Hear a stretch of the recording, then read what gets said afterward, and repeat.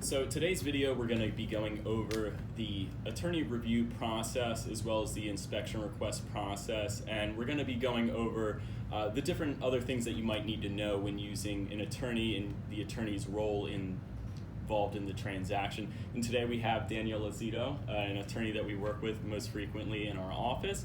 So Danielle, just tell us a little bit about yourself. Sure. Danielle Lozito. My office is in Milltown, New Jersey, Middlesex County. Although I do real estate transactions all over the state. I've been doing exclusively real estate for the past 7 years. Wow. So 98% of my practice is real estate based. What that means is basically I'm grounded in the office. I'm not in court. I'm not in, depositions.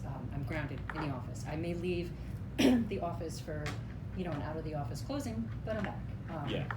And, real estate is very time sensitive.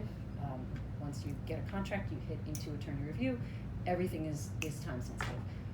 And I realize that and recognize that, and I'm available for situations like that. Yeah, absolutely. And I think it's really important to note that Danielle is a full-time real estate attorney, which, as you guys are getting more involved with different transactions, you're going to know the real difference between somebody that is an active real estate attorney and someone that's just doing it on the side.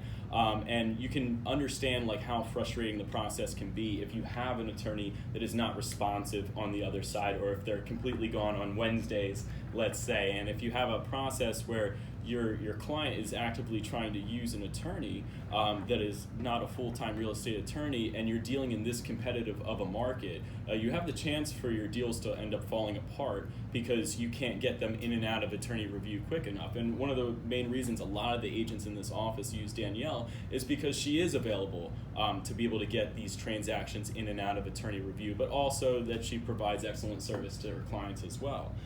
So I just wanted to ask Danielle, how can we better prepare our clients for the attorney review process? Is there anything in particular that real estate agents should be telling their clients that they're not? One thing that I've encountered a lot lately is when you're putting in an offer, it's best to put an offer in with the buyer putting money down. Okay, like a concession of some sort. Well, no, for the down payment to be as low as possible for that particular loan structure. Oh, okay. So, in other words, if you write up a contract with a buyer putting down 50%, okay. You hit attorney review, and what you run into, one of the major provisions in attorney review is the appraisal protection. Oh, yeah. So what you do when you put it into attorney review is you say the property's got to appraise at the contract price, but if you put together an offer with a buyer putting, for example, 50% down, when they really only have to put 20% down, you get stuck in attorney review with the seller saying, if your lender doesn't care about it, you shouldn't care about it. Right. So they try to strip you of appraisal protection. So one of the major points that I'd like to share is when you write offers, unless you have to win the bid, put it as little as possible for the loan structure. Gotcha. That helps us in attorney review more than you'd ever know, because it's very hard to have a conversation with a client in attorney review saying, well, you put an offer in at 50%, putting 50% down, you've got 30% risk because you really only need to put 20% down. Right, and that's a good point too, and that's something that I'm going to definitely reiterate to the agents that are in our office too. But that's fantastic. Okay, so the attorney review process, know your down payments better, and why it should be better to put a smaller down payment. Then that's great. And an attorney review, just if this is for new agents. Yes. It's a lot of people think the biggest fallacy that people come to me with is attorney review has to end in 3 days. Yeah. It's not that. It needs to start within 3 days. Thereafter, any binding 3-day rule is out the door. Right. So it's got to just start in 3 days. A lot of people come to me panicked on day 3. Oh my God, we haven't heard back. But it's just as long as someone does something and puts it into review in 3 days, that's all that has to be done. Gotcha.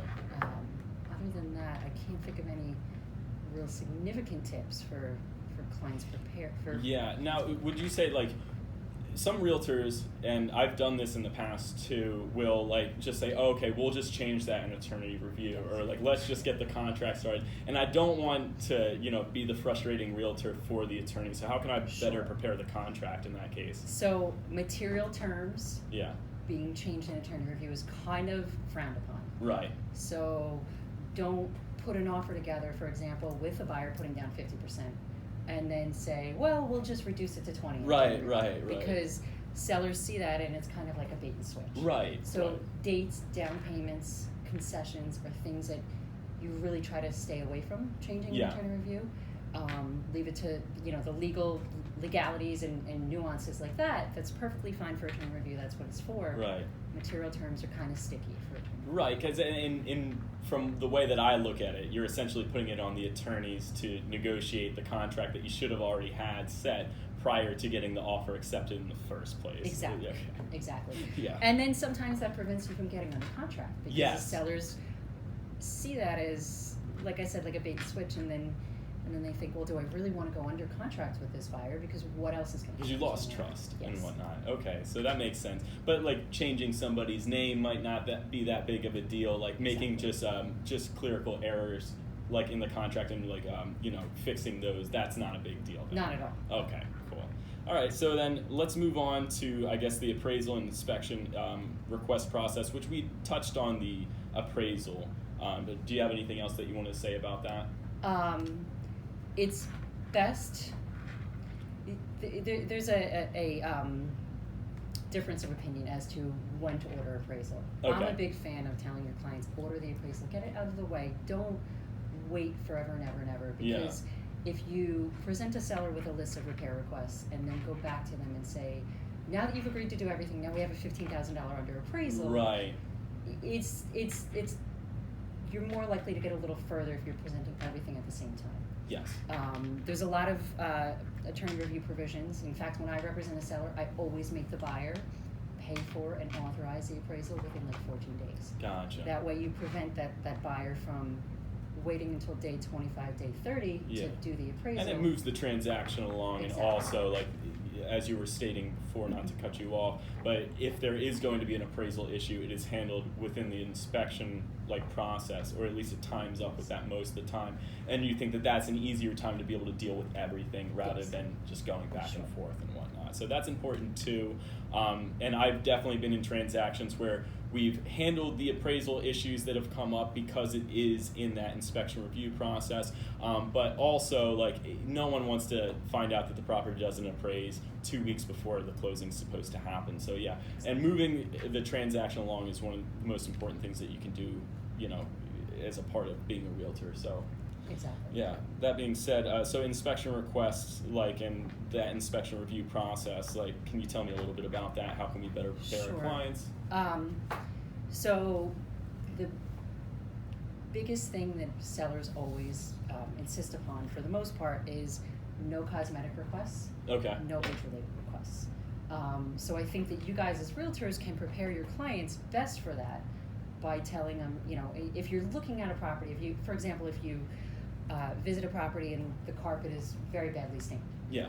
Don't tell your clients, you We'll can get ask for them that to be back shampooed. later. Because it's typically no seller's ever going to agree to that. Right. I just had a buyer say to me, and I've got the seller, the buyer says, the MLS says that there's a microwave included, and there's not, so we want a credit. And the first thing I said was, well, didn't you do a walkthrough? Didn't you look at the house before you put an offer? Yeah. So things like that, things that are readily apparent to you at the time that you're showing the property, really are frowned upon in terms of being the subject of repair. So that being said, anything that you're walking through the property that you can actively see that has something to do with cosmetics, that has to do with age, Yes. factor that into your initial offer. Exactly. And then if something comes up in inspection request that you wouldn't have been able to see without the inspector actually showing you, then that might be something that is more reasonable to the sellers to be able to fight for, rather than saying you guys have been in the property, you guys knew. So the last 30 seconds of that video actually just got cut out. It was just me talking about more of, if you already know, or something's very apparent that it needs to be, replaced or fixed, that you bring that up to your clients and you have them negotiate that in the initial offer for the property, not after you've already been through inspections where you're just trying to get money back for your client.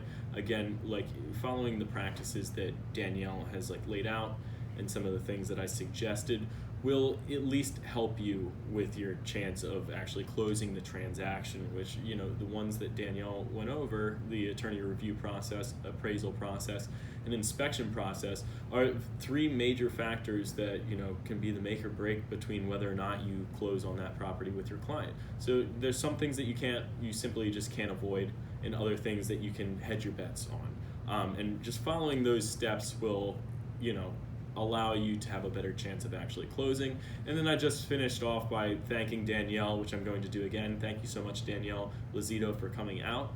She's a great attorney. I highly recommend her, and I highly recommend that you recommend her to your clients when using a real estate attorney or recommending a real estate attorney, because she's a fantastic one. Thanks.